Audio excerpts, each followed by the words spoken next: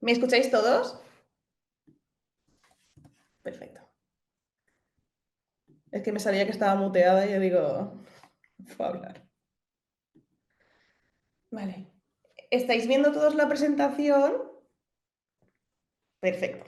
Bueno, como ha dicho Miguel, yo soy Mila, cursé los estudios en 2014 a principio de año en fin y desde entonces hice prácticas en la Católica, bueno, en la Universidad Católica de Valencia y a partir de ahí empecé a trabajar. Estuve a principios en una clínica pequeña en Sagunto, donde sobre todo aprendí manejo de paciente tanto felino como canino y estuve como un añito y luego pasé a formar parte del grupo de la Universidad Católica de Valencia, donde estuve haciendo UCI y hospitalización.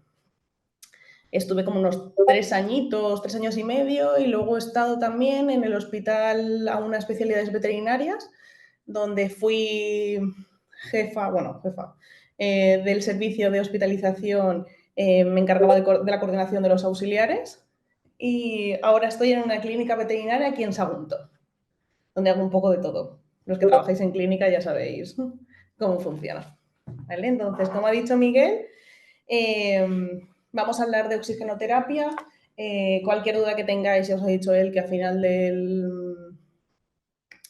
la presentación haremos una ronda de preguntas, a no ser que no se vea algo o cualquier diapositiva que tengáis duda, que algo que haya dicho que no se entienda, ¿vale? Que Miguel me lo irá diciendo, ¿vale? Con el chat, que yo en el chat no lo veo. A ver si quiere pasar esto. Perfecto. Vale. Pues vamos a hablar, os he puesto en la primera diapositiva, después de esta, definiciones, ¿vale? Las he puesto tal cual en la pantalla, por si queréis hacerle una foto. Son definiciones que creo que son importantes para entender lo que es el tema de oxigenoterapia, ¿vale? Como estará la de saturación de oxígeno, hipoxemia o hipoxia, ¿vale? Para que sepáis diferenciación a la hora de lo que estoy hablando, ¿vale? Sobre todo los que no habéis trabajado o estáis estudiando, ¿vale? El resto más o menos lo tendréis claro, pero por si acaso lo he puesto tal cual.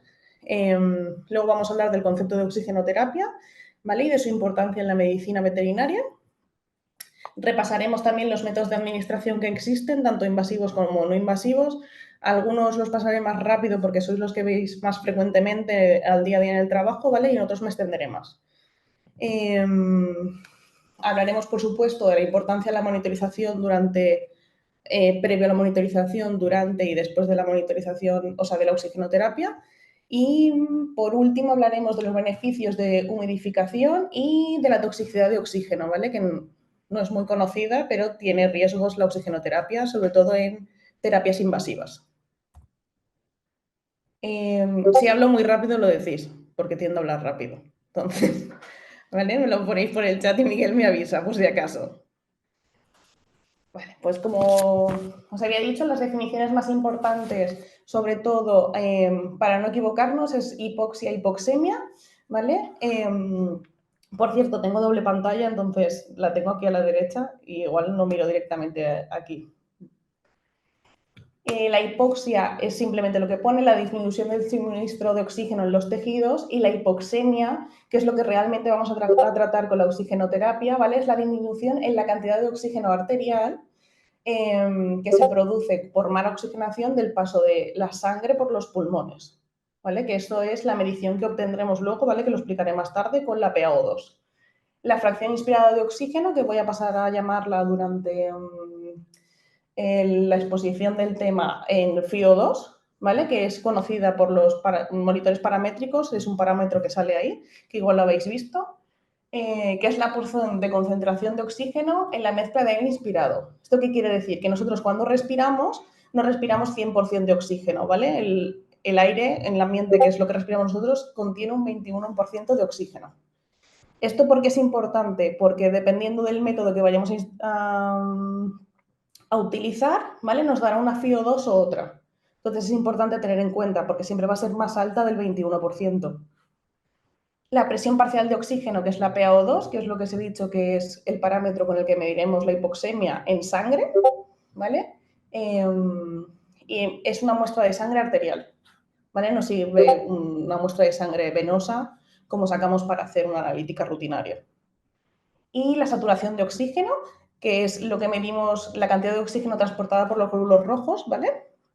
Que es lo que medimos en la clínica y en el hospital con el pulsiosímetro, que es la pinza esta que solemos poner tanto en belfos o en la lengua, que es lo más frecuente, ¿vale? Se pueden poner en otros sitios que ahora luego os los explico. ¿Hasta aquí todo más o menos claro o queréis que repita alguna? Perfecto. Vale, pues empezamos. ¿Qué es la oxigenoterapia y cómo la conocemos? Pues como pone ahí, no es más que un tratamiento de soporte para pequeños animales en este caso, ¿vale? Utilizada de forma rutinaria en la clínica veterinaria o en el hospital. Es de mayor importancia en los servicios de anestesia, UCI y hospitalización porque es cuando más lo vamos a utilizar. ¿El objetivo de la oxigenoterapia cuál es? Pues incrementar la cantidad de oxígeno en sangre arterial, aumentando a su vez la fracción inspirada de oxígeno, que es la FiO2, ¿vale? Que hemos estado hablando antes, por lo que es un tratamiento de esencial elección en animales que presentan distrés respiratorio, sobre todo, o animales hipoxémicos. Perfecto.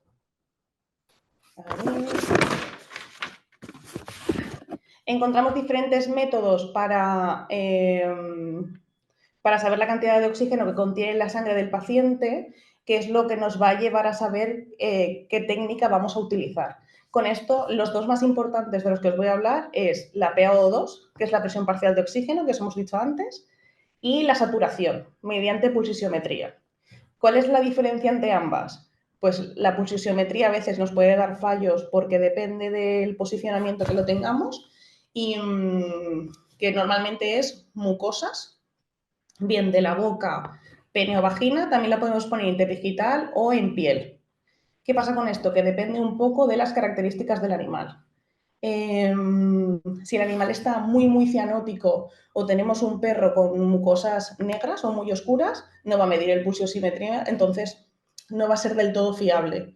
Necesitaríamos la saturación, la presión arterial para saber la cantidad de oxígeno en sangre que tiene ese perro para poder suplementarle.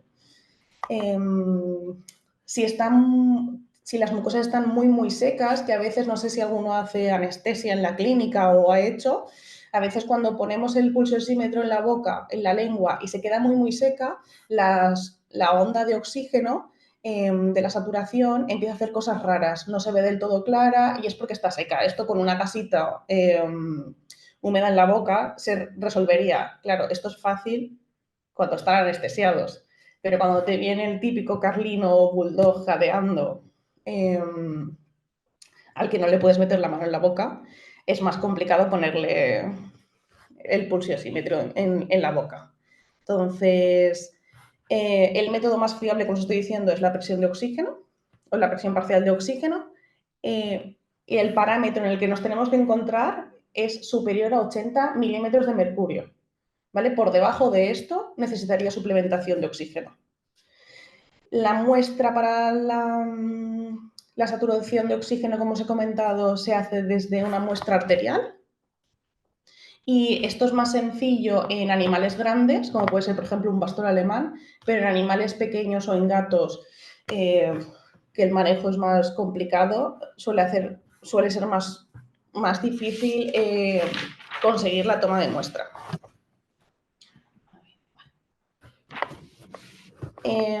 Siempre que sea posible, ¿vale? Debemos identificar, aparte de con estos métodos, la causa de hipoxemia o del distrés respiratorio del paciente.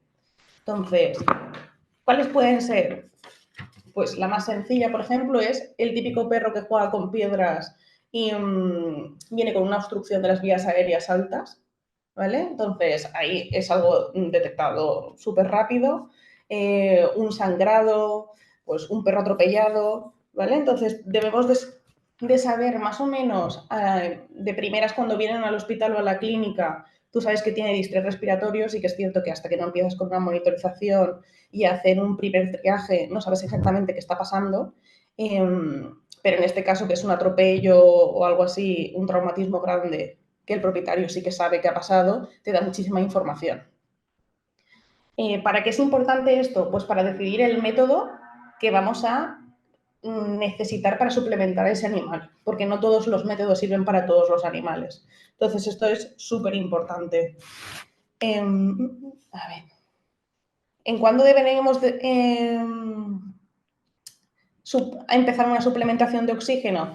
Pues en animales que presenten, pues como ya estábamos diciendo, una taquipnea, un distrés respiratorio, cianosis, que es el color azul de las mucosas, que esto es la primera característica que te dice que el paciente necesita suplementación de oxígeno, alteraciones del estado mental, como puede ser un paciente neurológico con nistagmo. El nistagmo puede ser vertical o horizontal, y es cuando los ojos, os voy diciendo cosas que seguramente ya sepáis, pero por si acaso alguien no lo sabe, ¿vale? Por si os hablo de algo que no sabéis, el nistagmo es el movimiento horizontal o vertical, ¿vale? Hacia arriba que hacen algunos pacientes neurológicos.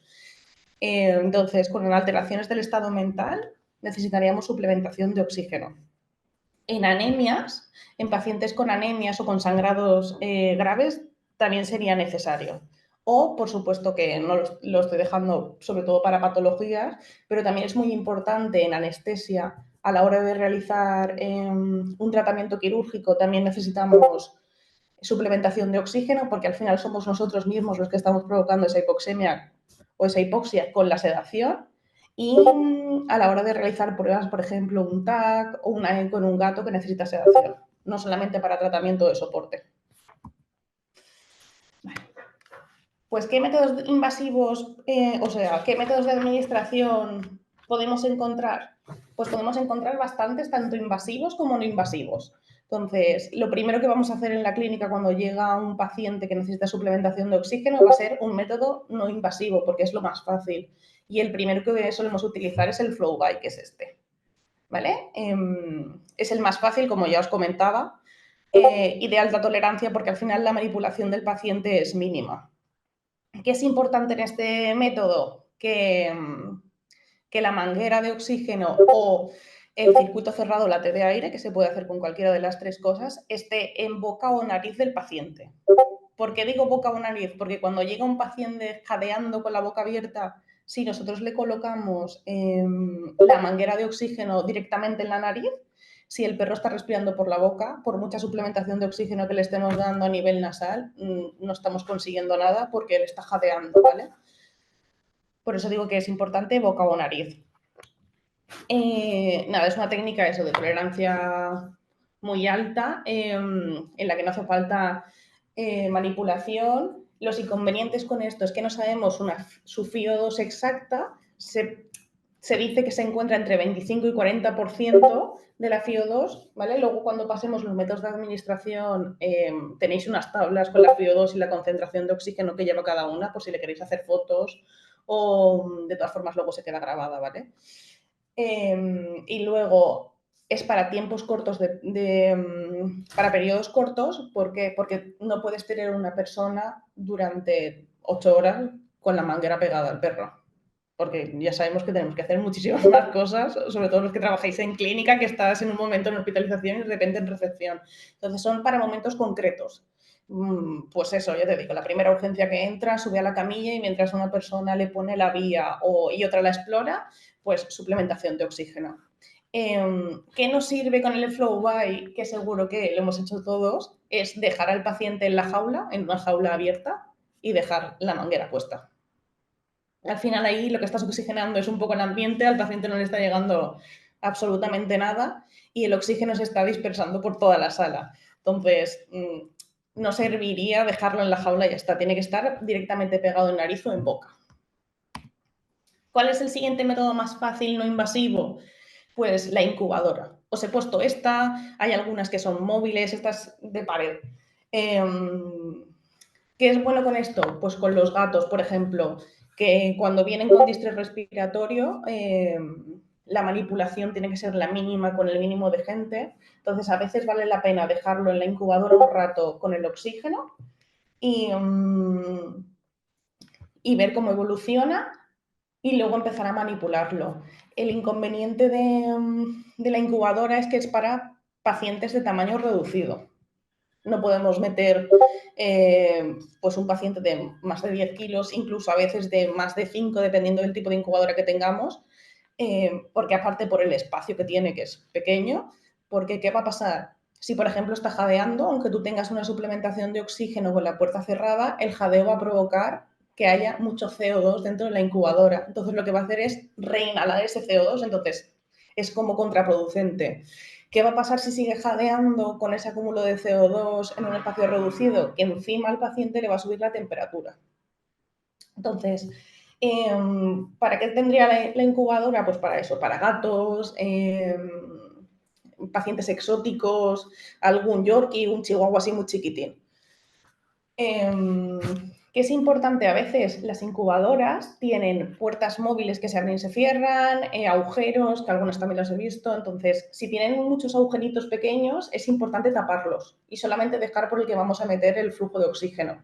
Por ejemplo, esta de aquí tiene la parte esta de aquí arriba, que no sé si la estáis viendo, que son unos agujeritos muy pequeños, que por ahí introduciríamos la manguera. Entonces, esto nos permite que esté cerrada la puerta, pero que la suplementación de oxígeno siga funcionando. En esto, una de las ventajas que tiene es que la FIO2 de la incubadora es alta, entre un 40 y un 60%. Recordar que la FIO2 ambiental es el 21%, entonces estaríamos aumentando bastante. Los inconvenientes, pues pérdida de oxígeno cada vez que abramos y cerramos la jaula, o sea, la incubadora, al final pasaría un poco como lo que se estaba comentando con el Flow-by, cuando lo dejamos en la jaula sin alguien que lo ponga en nariz o boca del paciente, sino que cada vez que lo abres, el oxígeno al final es aire y se sale. Lo que hemos dicho, el tamaño reducido, el aumento de temperatura también es importante porque entre el oxígeno y el distrés respiratorio, aunque sean pequeños, a veces tienden a subir la temperatura. No siempre tiene que ser una hipertermia severa de más de 39 grados y medio, pero sí que es cierto que hay que controlarlo. Y el acúmulo de CO2, que es lo que hemos estado diciendo, sobre todo si es un paciente grande. Otro método de administración no invasivo que también hemos visto todos y es fácil son las máscaras de oxígeno, que es la manguera que hemos estado comentando del Flow-by. A ver, dejadme un segundo que conecte el ordenador. A ver, que me está diciendo que se me acaba la batería. A ver, perfecto. Vale, pues eso. La máscara de oxígeno al final es la misma técnica que el Flow-by, pero al final de la manguera conectaríamos una de estas máscaras.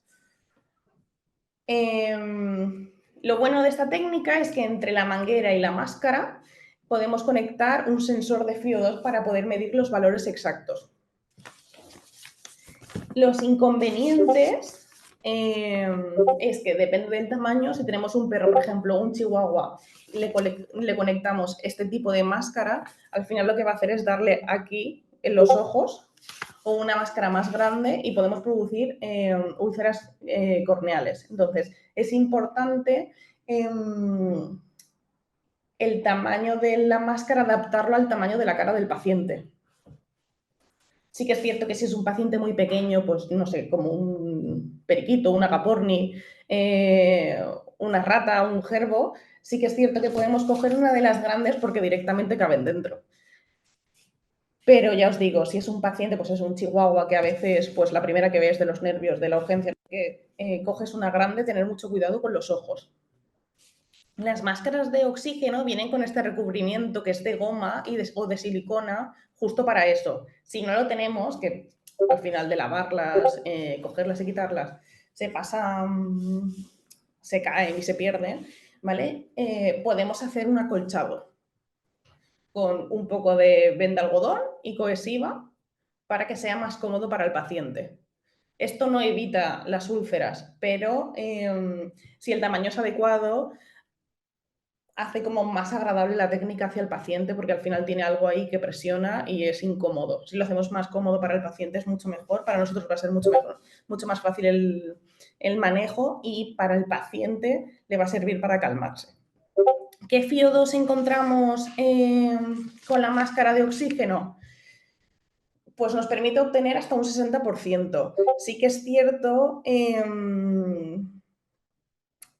que es más o menos parecido a la incubadora, pero con esto tenemos que estar pendientes de que no se la quite. Con esto sí que lo podemos dejar en la jaula tranquilamente, pero deberíamos ir pasando de vez en cuando para ver que tenga la máscara puesta, porque al final los perros y los gatos se quitan de la máscara cualquier cosa que tengas en la cara, les molestas. Y el último método no invasivo es la capucha de oxígeno. No es muy típica verla ya, porque al final en casi todas las clínicas contamos con incubadoras y otras técnicas, entonces no es tan típico verlo últimamente. La fabricación es súper fácil. La podéis hacer con un isabelino y con papel film. Os diría incluso que con cohesiva, pero es muy, muy cara la cohesiva. Entonces, igual a vuestros jefes no les hace tanta gracia. ¿Y qué tenemos que hacer? Si, es que justo el isabelino es transparente. Pero en esta línea de aquí se acabaría el papel film. ¿Por qué no cubrimos toda la cara? Pues por lo mismo que con la incubadora. Al final, si tú cubres todo el isabelino, lo que vas a hacer es que esté dentro respirando y haciendo el intercambio de gases. Y al final, eso se va a llenar de CO2. Entonces, un poco parecido a la incubadora. Si tapamos entero, tendremos reinhalación de CO2. Entonces, dejamos más o menos, cubrimos 2/3 de 3 del isabelino, ¿vale? Y la manguera de oxígeno, que es la que antes habíamos visto en Flowby, la pasamos por dentro del isabelino. Podéis pasar, para mí es más cómodo pasarla hasta aquí, hasta justo donde está el papel film y pegarla ahí porque está más cerca de la cara del paciente. Sí que es cierto que hace como una bolsa y entonces al final va a llegar oxígeno, pero al menos está más cerca. Esta técnica, quitando algún perro que no le guste el isabelino, es de gran tolerancia para todos los animales. Para los gatos que son más nerviosos igual no, pero para los perros se adaptan súper bien y es fácil y rápida de tenerla, sobre todo si no contáis con incubadoras para pacientes pequeños, va súper bien. Lo único eso para pacientes muy nerviosos, pues igual que con isabelino, tras una cirugía. Vale. Empezaríamos ya con los métodos invasivos, que el primero y más cómodo son las gafas nasales. Sí que es cierto que son para pacientes medianos y grandes, porque si os fijáis en la cánula que tiene para introducir en las narinas, son bastante gruesas.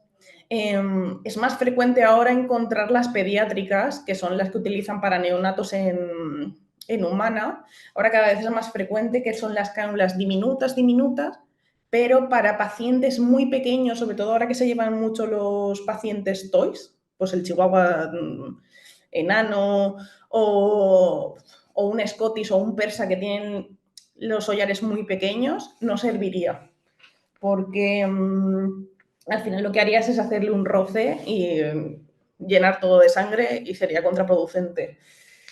También son de fácil colocación, pero igual que se colocan fácil, es muy fácil que se la quiten.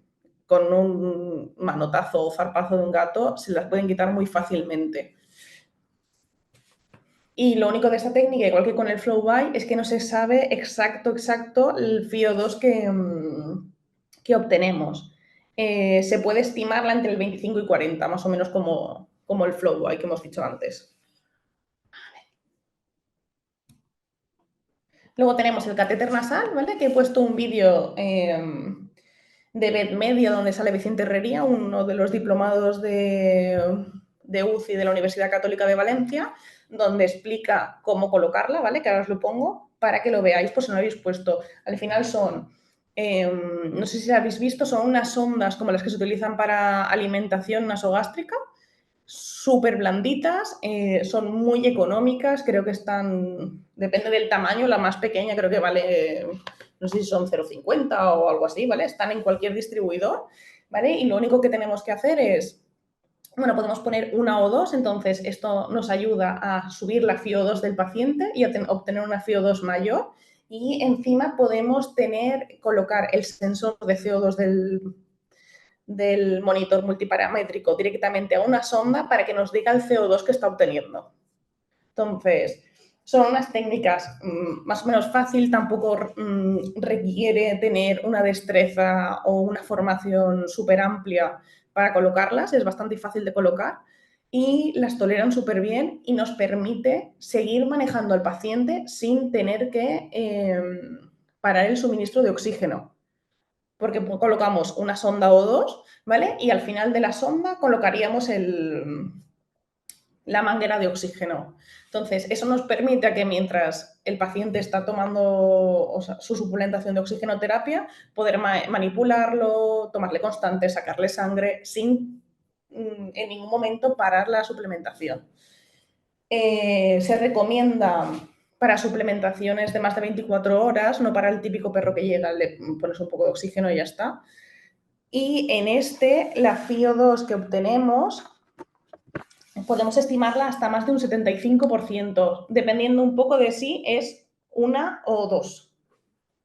A ver, voy a poneros el vídeo a ver si consigo que lo veáis.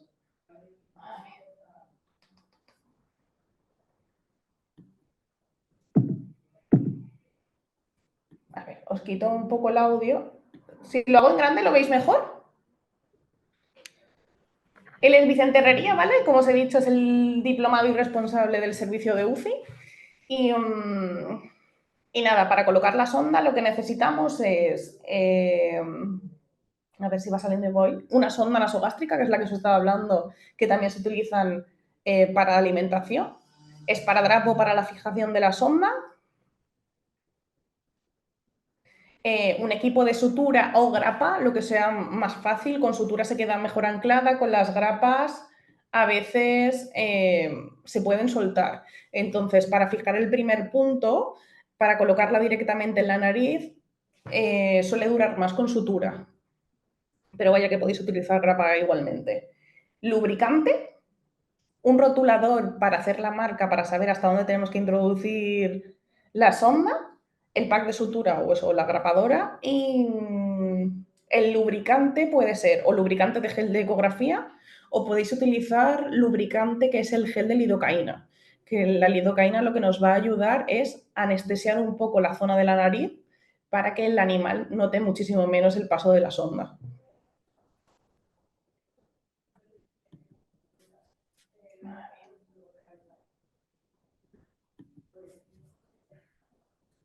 A ver si se oye. Es que Lo que queremos ahora medir desde el canto medial del ojo hasta... Él lo que hace es una medición desde la narina hasta el canto medial del ojo, ¿vale? De la parte de dentro, y ahí hacemos una marca desde hasta donde tenemos que introducir. Normalmente es una cosa súper pequeña, es así. Entonces, lubricamos bien la sonda, ya os digo, con el gel o con el gel de lidocaína. A veces, en algunas ocasiones, también he visto que con lidocaína líquida le ponen una gotita en la narina, súper pequeña.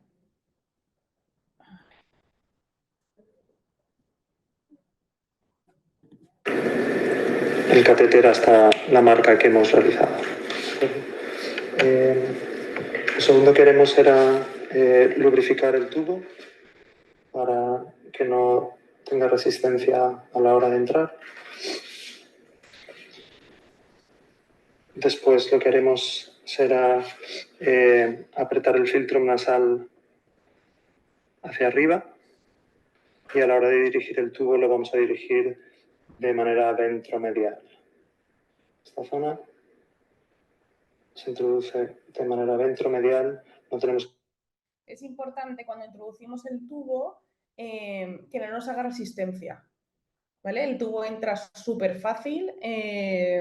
Si nos hace resistencia, igual es que hemos girado la sonda más ventromedial de lo que deberíamos o estamos en otra zona, que es lo que le estaba pasando en el vídeo.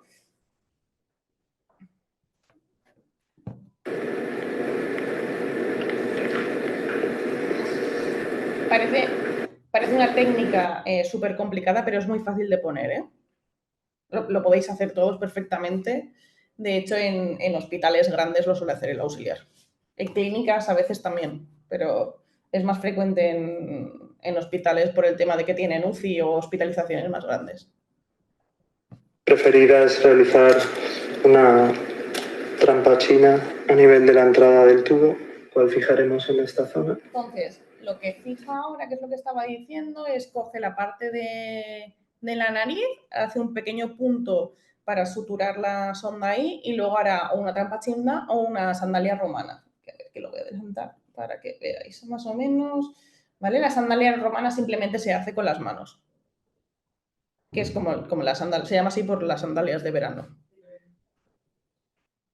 Entonces va haciendo pequeños nudos. A ver, y así veis cómo se sutura. Es que creo que es más visual que lo veáis, a que yo os explique la técnica y ya está, porque el vídeo lo vais a tener igualmente porque se queda grabado y así si queréis hacerlo en la clínica o intentarlo, siempre tenéis algo donde verlo. De todas formas, Vetmedia es una página de tips súper rápidos y con vídeos didácticos, ¿vale? Donde es gratuita, lo único que tenéis que hacer es suscribiros y ya está. ¿Veis? Va haciendo pequeños nuditos así a lo largo del principio de la sonda para poder suturarlo y a ver, que lo adelante un pelín, a que acabe.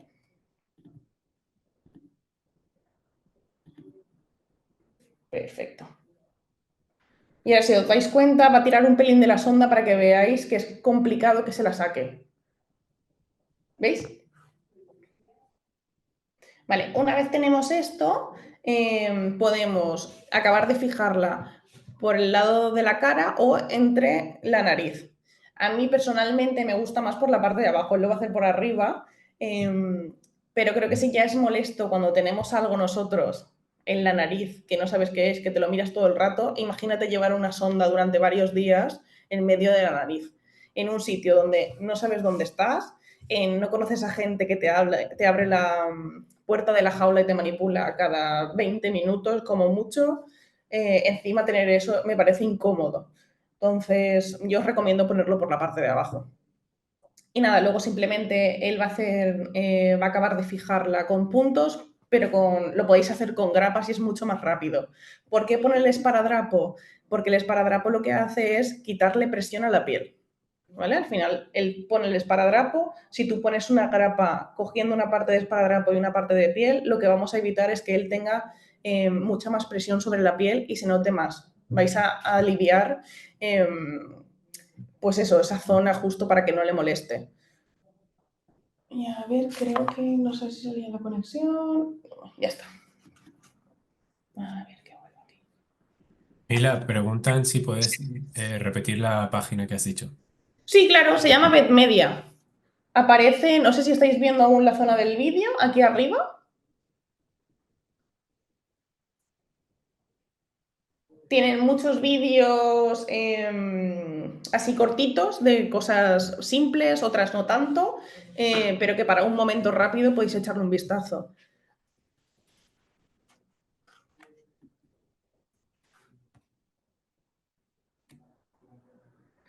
Perfecto, seguimos con los invasivos. El siguiente sería el catéter traqueal. Yo he de confesar que este en 10 años no lo he visto nunca.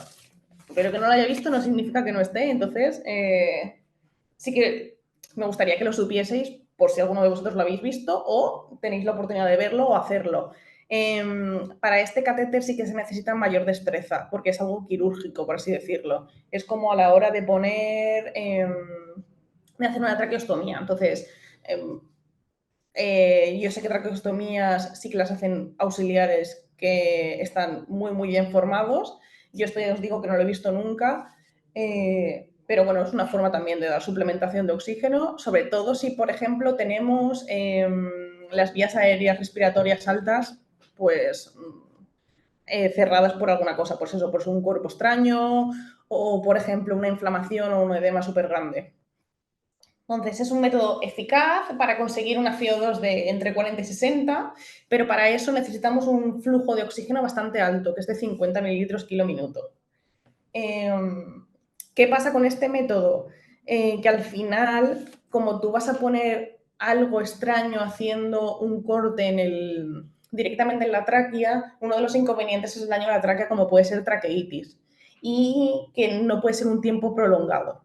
O sea, es algo de, pues eso, ya os digo, si tiene un tamponamiento de las vías respiratorias altas, pues esto serviría para darle suministro de oxígeno o suplementación mientras resolvemos esa zona. Pero no es para tenerlo, por ejemplo, muchos días como podría ser las sondas o como podría ser la intubación que vamos a ver ahora. Ya os digo, yo no lo he visto hacer nunca. Creo que también es cierto que nunca me he visto en el caso de que tengan un cerramiento de vías altas súper agresivo. Creo que es más fácil la intubación y creo que es a lo que estamos más acostumbrados. Que es la que vamos a ver ahora, que es el último método, que es la intubación endotraqueal, que es lo que hacemos cuando entramos a quirófano o en una anestesia o para hacer, pues eso, un TAC o una eco que necesite sedación durante un tiempo prolongado de tiempo. Eso, para tiempos prolongados. Se utiliza muchísimo en UCI para los perros que necesitan ventilación. Esto, ¿cuándo lo utilizamos? Cuando la presión de oxígeno es menor a 60 miligramos de mercurio. Como ya os he dicho antes, el parámetro normal es de 80 hacia arriba. Entonces, estaríamos hablando de una hipoxemia severa o de una saturación por debajo de 90, 88.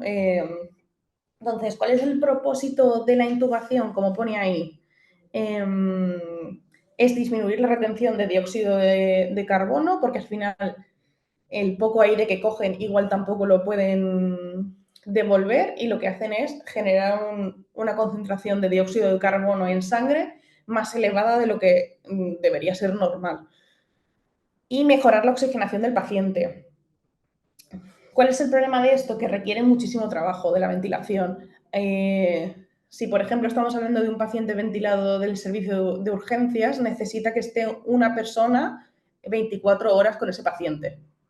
El tubo hay que cambiarlo cada 6 horas, si no me equivoco, ¿vale? Porque lo que puede pasar es que aquí en el tubo, no sé si os habéis fijado alguna vez haciendo alguna anestesia o en quirófano, que cuando ellos entra el oxígeno, pero cuando sale esto se empaña. Al final, si tenemos un tubo ahí durante muchísimo tiempo, vamos a crear humedad, se puede generar moco, entonces hay que cambiarlo para que sea efectivo. Aumenta la mortalidad y la morbilidad. ¿Por qué pasa esto?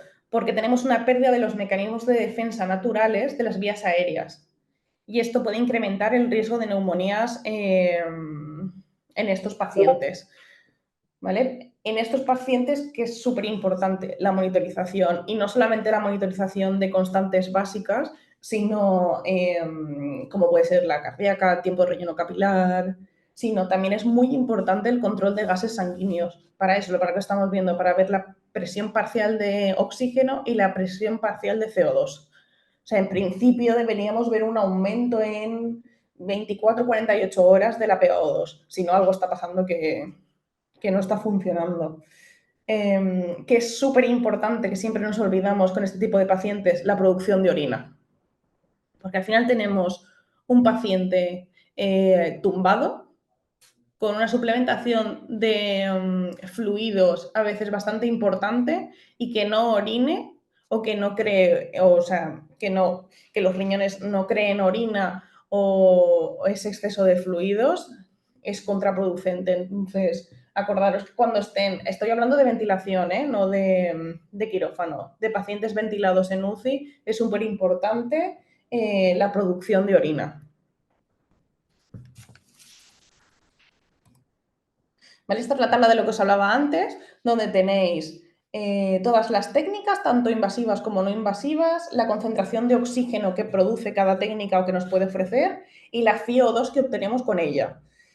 ¿Vale? Vuelvo a recordar que la FiO2 del ambiente es 21, entonces, si nos llega un paciente con una saturación de menor de 90%, lógicamente, como hemos estado hablando antes, utilizaremos una técnica rápida para dar una primera suplementación antes de empezar a monitorizarlo y ver realmente cuál es la causa de esta hipoxemia, ¿vale? Entonces utilizaremos los más rápidos, como puede ser, pues eso, un flow by, unas gafas nasales, y luego ya decidiremos qué tipo de técnica necesitamos, ¿vale? Si queremos ponerle unas gafas, unas ondas, perdón, o necesita intubación. Pero de primeras, normalmente siempre vamos a utilizar estos, que son los más rápidos y más a mano que tenemos. Vale, pasamos a la monitorización. ¿Por qué es importante? Porque con ella podemos evaluar la necesidad que tiene el paciente de oxigenoterapia, el estado del paciente para dársela y sobre todo las condiciones del paciente. También es importante porque nos sirve para determinar cuándo se necesita oxigenoterapia, evaluar la respuesta del tratamiento y decidir cuándo finalizarla.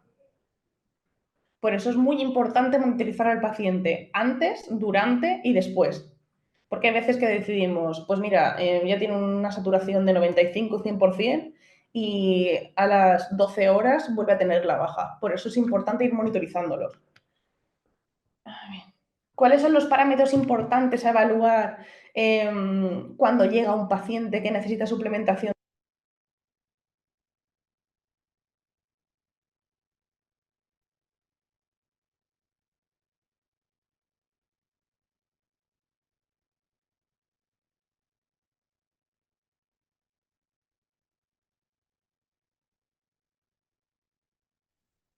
Mila, no se te oye.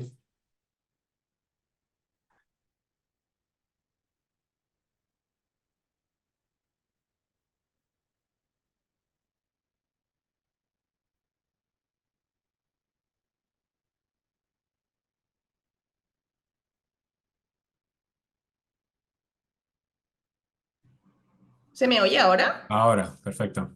Fantástico. No sé dónde me había quedado. A ver. Ha sido 10 segundos. Ah, vale, perfecto. Creo que estaba haciendo la explicación de frecuencia respiratoria y esfuerzo respiratorio, que no sé si lo habéis escuchado, o la repito. Sí, repite. Vale. Pues la diferencia entre frecuencia respiratoria son las veces que el paciente coge aire y suelta, ¿vale? Que las podemos medir, lo más típico es con cronómetro, lo podéis hacer 15 segundos, es las veces que lo hace en un minuto. Yo, por ejemplo, para mí es más fácil contar durante 15 y luego multiplicar por 4.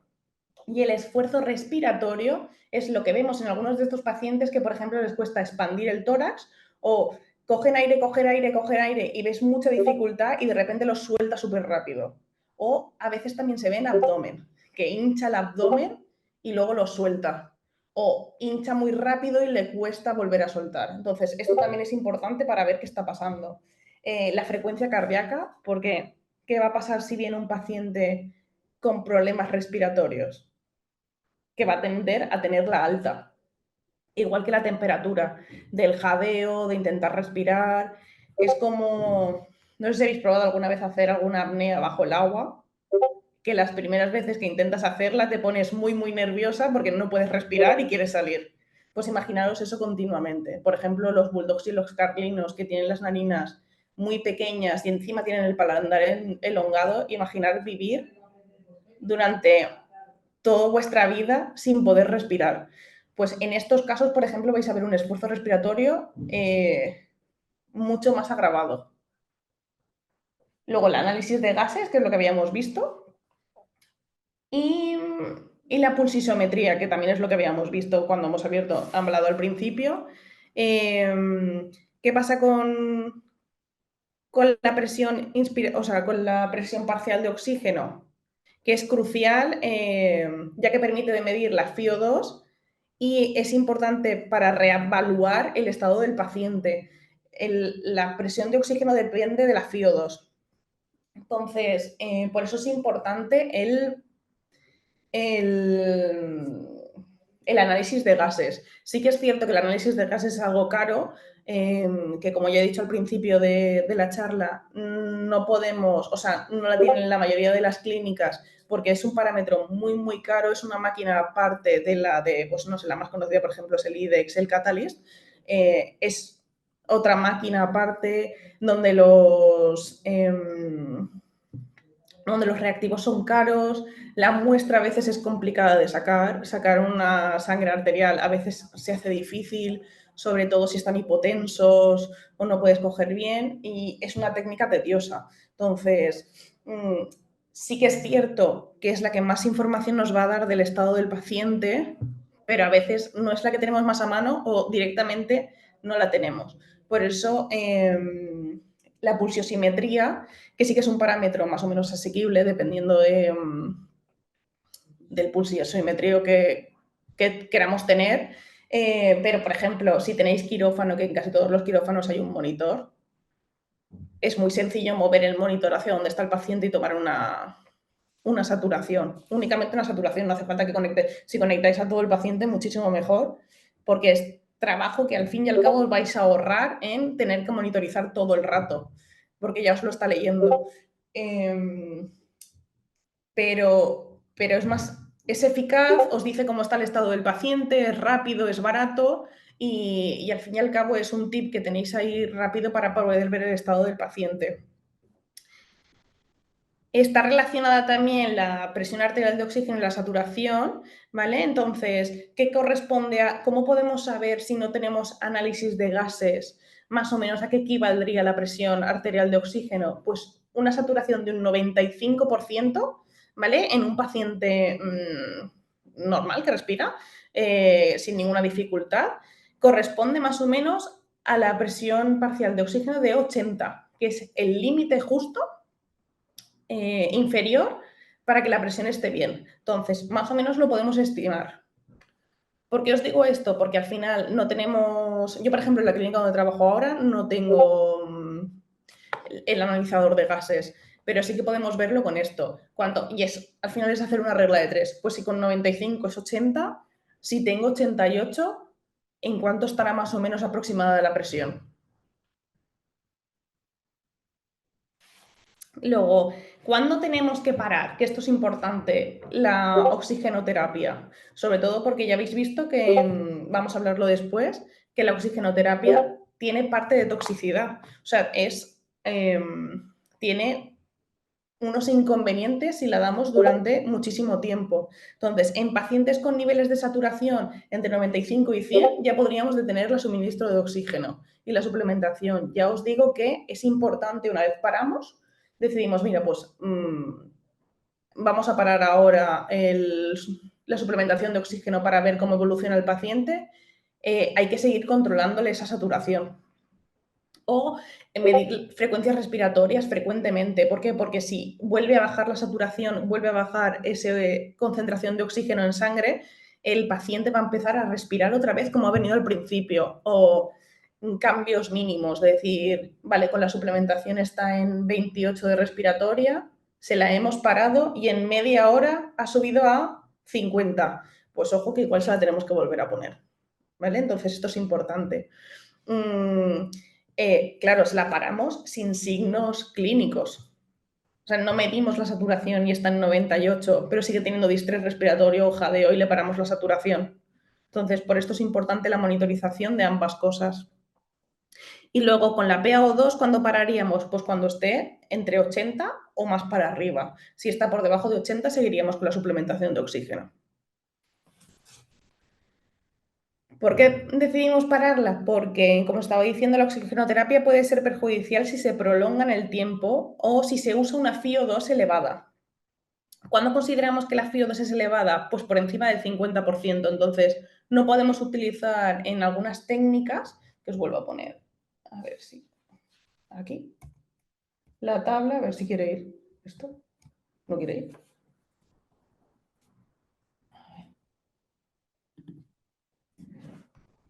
Aquí. ¿Vale? En estas técnicas, por ejemplo, en el catéter traqueal, en las cánulas nasales, en la intubación, si la prolongamos mucho en el tiempo con una FiO2 por encima del 50%, ojo que puede ser perjudicial para el paciente. Entonces, es importante mantenerla siempre por debajo de 50. ¿Vale? Aquí tenéis, esto es un pulsiosímetro portátil, ¿vale? Aquí nos daría la saturación y algunos de ellos nos da la frecuencia cardíaca. Y esto de aquí es un monitor multiparamétrico de quirófano. Aquí tenéis, a ver, el CO2 está aquí, que aquí sabemos si el paciente está respirando o no está respirando, qué está pasando, si está haciendo el intercambio de gases. Y la FiO2 la encontraríamos aquí abajo y aquí, ¿vale? Para que sepáis más o menos dónde está cada cosa. Esto, aquí pone nada de lo que os comentaba, si está por encima de 95, de tener la oxigenoterapia. Vale, pasamos a la toxicidad de oxígeno. No voy a entrar en cómo afecta al epitelio pulmonar, pero no voy a hacer mucho hincapié en esto porque si no vamos a estar aquí hasta las 10 de la noche. Es una hora complicada, que sé que algunos os tenéis que ir a trabajar, entonces tampoco me voy a alargar muchísimo más. Pero sí que quiero que sepáis que la suplementación de oxígeno, eso es lo que estábamos hablando, durante un tiempo prolongado o con una FiO2 elevada en el tiempo, produce toxicidad de oxígeno.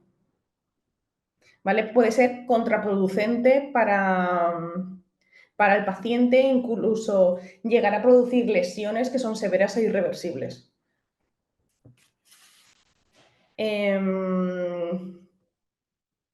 ¿Qué hacemos con esto? Pues lo que os estaba diciendo. Se recomienda minimizar la exposición de FiO2 elevada, sobre todo en gatos, porque son pacientes más pequeños. En neonatos, por ejemplo, en recién nacidos, la toxicidad de oxígeno puede causar una lesión también llamada, en la retina, que se llama fibroblastia retrolental.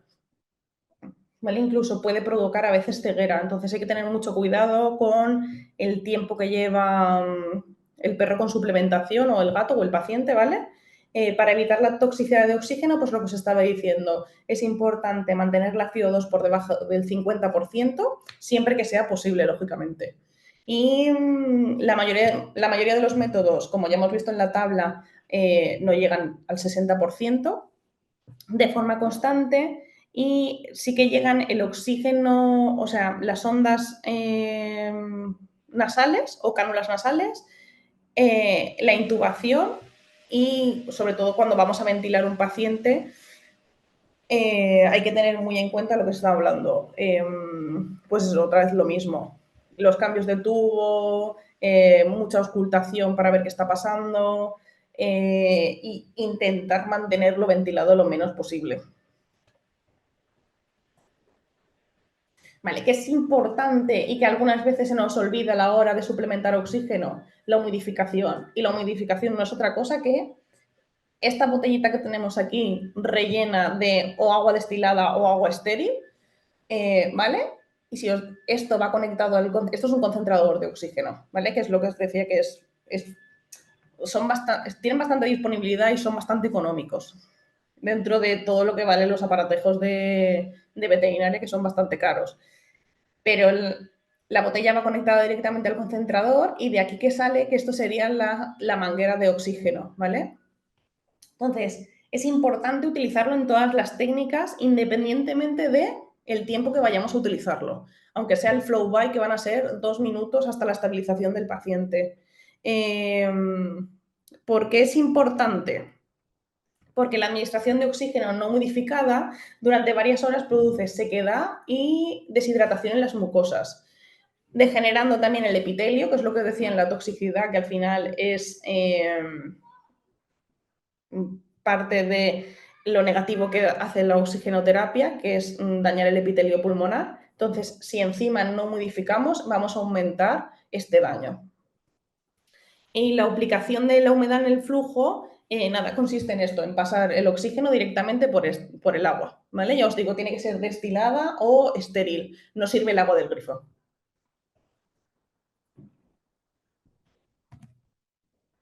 Y ya estaría. Ahora serían preguntas. No Ok, sé, Mila, Miguel. muchas gracias. Vale, si os parece, podéis dejar las preguntas en el chat o si alguien cree que se va a poder explicar mejor hablando, me pide permiso por aquí por el chat y yo se lo doy para que pregunte. Si os da vergüenza hacer cualquier pregunta, he dejado mi correo por si queréis preguntármelo, yo os contesto, ¿vale? En la menor brevedad posible. La primera, Mila, dice, ¿en cuántos métodos exactamente debe el paciente estar sedado? ¿En cuántos métodos? Pues en la intubación, en el catéter traqueal y en el resto no tiene por qué estar sedado.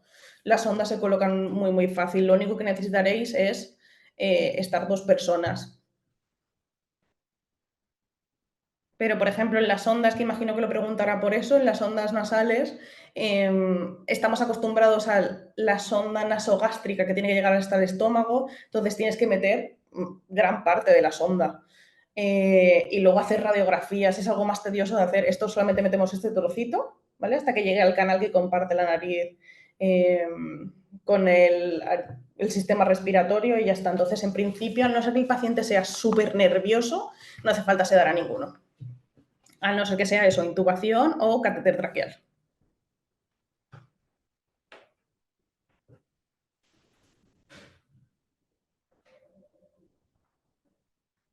No sé si ha quedado claro. Sí, vuelve a preguntar si solo esas dos. Sí, en principio sí. Mientras piensan otras, te hago yo una que a lo mejor interesa a los que están estudiando ahora. ¿Mm? Ahora que nos has hablado de oxigenoterapia, ¿has ¿Sí? tenido que hacer alguna formación especial para poder dedicarte a ello? ¿A Para auxiliar o a hacer la oxígeno? técnica de oxigenoterapia. O sea, para saber de todas más o menos y para saber qué técnica necesita el paciente, sí que es necesario formarse, pero como en todo. Al final, cuanto más te formas o más ves, sí que es cierto que yo he tenido suerte de trabajar en 2 hospitales muy grandes donde se ven muchos pacientes al día y trabajar con gente que se dedica exclusivamente a UCI y a hospitalización, donde he podido aprender muchísimo, pero formarse es una cosa inevitable y que si queréis hacer muy, muy bien vuestro trabajo y ya no solamente hacer vuestro trabajo, sino saber por qué estáis haciendo cada cosa, es necesaria. Pero al final la técnica te lo hace el día a día. Si tenéis pues un número de pacientes altos con estas características, al final más o menos sabréis cuando entre por la puerta decir, ostras, pues igual a este hay que ponerle sondas, o yo lo intubaría, pero sí es parte de día a día con formación. Vale, una pregunta quizá relacionada con esto. Isabel Pérez Pastor pregunta, ¿cuántas especializaciones o formaciones has tenido que hacer como auxiliar? Pues a ver, a mí sí que es cierto que me gusta mucho UCI y hospitalización y va todo, o sea, todas las formaciones que he hecho van encaminadas a esto. Para UCI y hospitalización, sobre todo para UCI, tienes que saber algo de anestesia. Al final es tocar un poco todas todos los palos, por así decirlo, porque es nuestra profesión no está regulada, al final hacemos de todo. eh, Hay que saber un poco de todo. Sí que es cierto que te puedes formar en algo en concreto. Yo sí que estoy más formada eso, en UCI y hospitalización y ahora, por ejemplo, estoy haciendo diagnóstico por imagen. Entonces, es que mi currículum es un poco extraño. Volviendo a la anterior, a la de los métodos, Javier Marín pregunta, ¿en cuál de los métodos suele ser el auxiliar el que pone la sonda? En sondas como tal solamente se ponen las sondas de oxigenoterapia. El resto, yo creo que menos la del catéter traqueal que necesita apoyo quirúrgico, el resto las podéis hacer. De hecho, yo hago todas sin problemas y casi todos los compañeros que tengo de auxiliar también lo pueden hacer. La intubación, eh, si os lleváis bien con los veterinarios de vuestro centro, que entiendo que sí, cuando se vaya a intubar un paciente para quirófano, podéis decirle, oye, ¿puedo hacerlo yo ahora contigo? E ir practicando, escoger mano. Ya os digo, quitando el catéter traqueal que necesita apoyo quirúrgico, el resto lo podéis hacer perfectamente. Estáis totalmente capacitados para hacerlo, estoy segurísima. Em, a ver, Verónica, bueno, CM dice, ¿cómo es tu día a día como auxiliar? Que es lo más gratificante de la profesión. Em, vale, eso. Bueno, le ha contestado otra chica, pero no es una pregunta.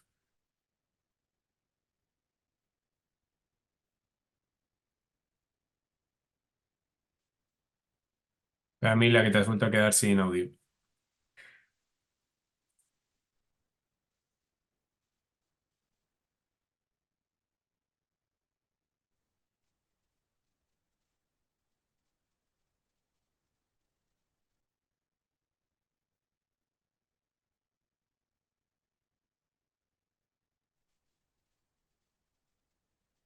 No,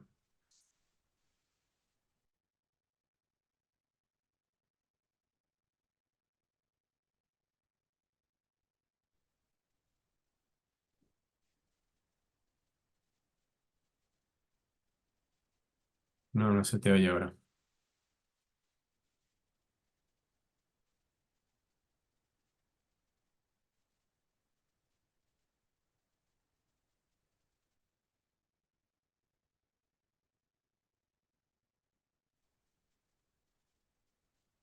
No se te oye.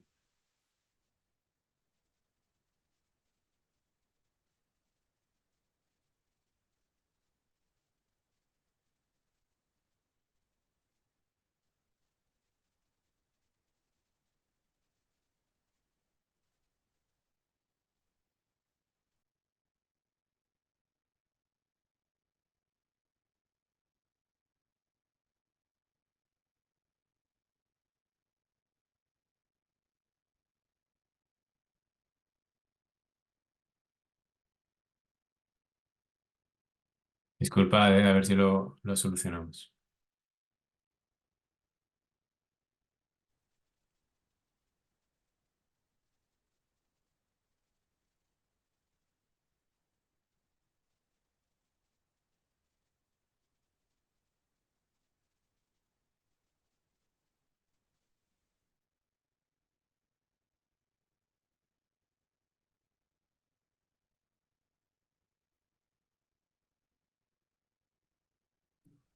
¿Hola?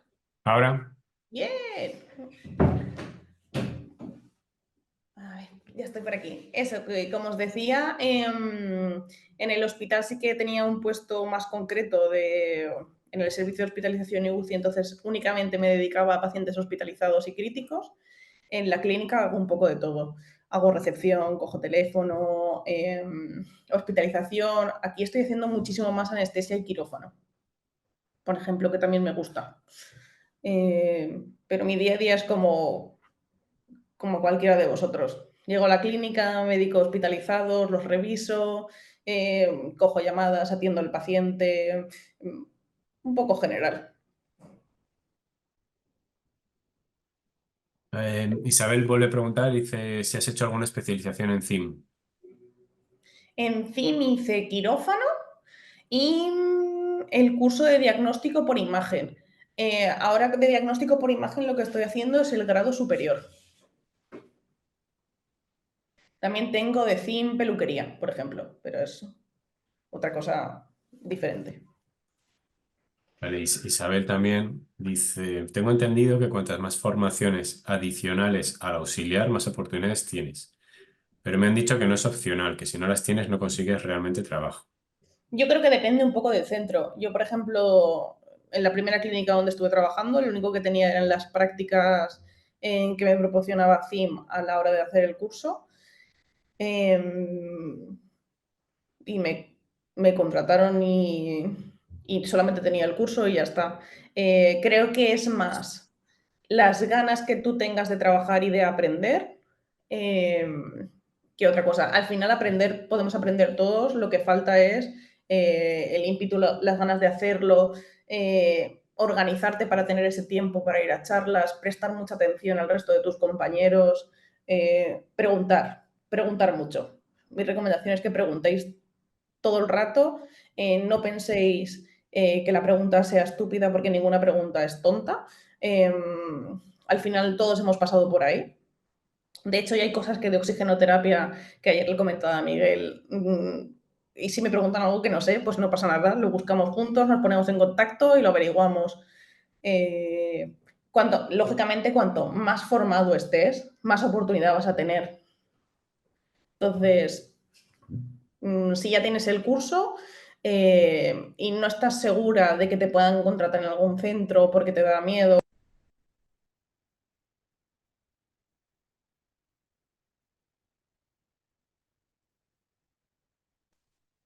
Sí, respecto a esto, Mila, te has quedado en silencio otra vez, pero bueno, yo puedo responderles. El último mes yo he hablado con 4 personas que han estudiado en CIM y han conseguido trabajo y, y no tenían nada más que el curso. Además, recién terminado, apenas un mes, hicieron sus prácticas y se quedaron en el sitio donde donde habían hecho las prácticas. Y esas 4 personas lo que insistían es que había que ser muy pesado, o sea, interesarse por todo, demostrar mucho interés y también es tener la oportunidad, de que tiene que ser un poco de suerte y que coincida con que justo estaban buscando a esa persona. Sí, exacto. Sí, sí. Yo salí de CIM y tardé, que lo comentaba con Maite en el último congreso que la vi, tardé creo que un año en encontrar algo de auxiliar como tal. Pues tenéis que pensar que es una profesión que os podéis especializar, por supuesto, con formación, pero la mayor especialización que podéis tener es dentro de la clínica. Sí. Si en cuanto entráis, bueno, mejor que eso no hay nada. Mm. Sí, sí, exacto. Mila, piden tu correo. Antes estaba puesto, pero ahora no. Espera, que, que le Si doy a quieres, dilo y compartir lo pantalla. escribo en el chat. Te estoy compartiendo otra vez, sale aquí abajo. Es milagros.nuez@unavez.com. Bueno, pues si no tenéis más preguntas, ahí tenéis el correo de Mila, podéis contactar con ella o con nosotros si necesitáis algo. Sí, para lo que queráis, ¿eh? No hace falta, si no tenéis preguntas de oxigenoterapia y queréis preguntarme otra cosa en lo que os pueda ayudar, no tengo problema. Bueno, Mila, muchísimas gracias por por estar con nosotros. Ha sido muy rápido todo, pero ha sido excelente. Y a los demás, nada, felices fiestas. Nos vemos en enero con otro webinar. Espero que os haya gustado. Durante el día de hoy o mañana os mandaremos la grabación. Pues muchas gracias a todos. Gracias, Mila. Adiós.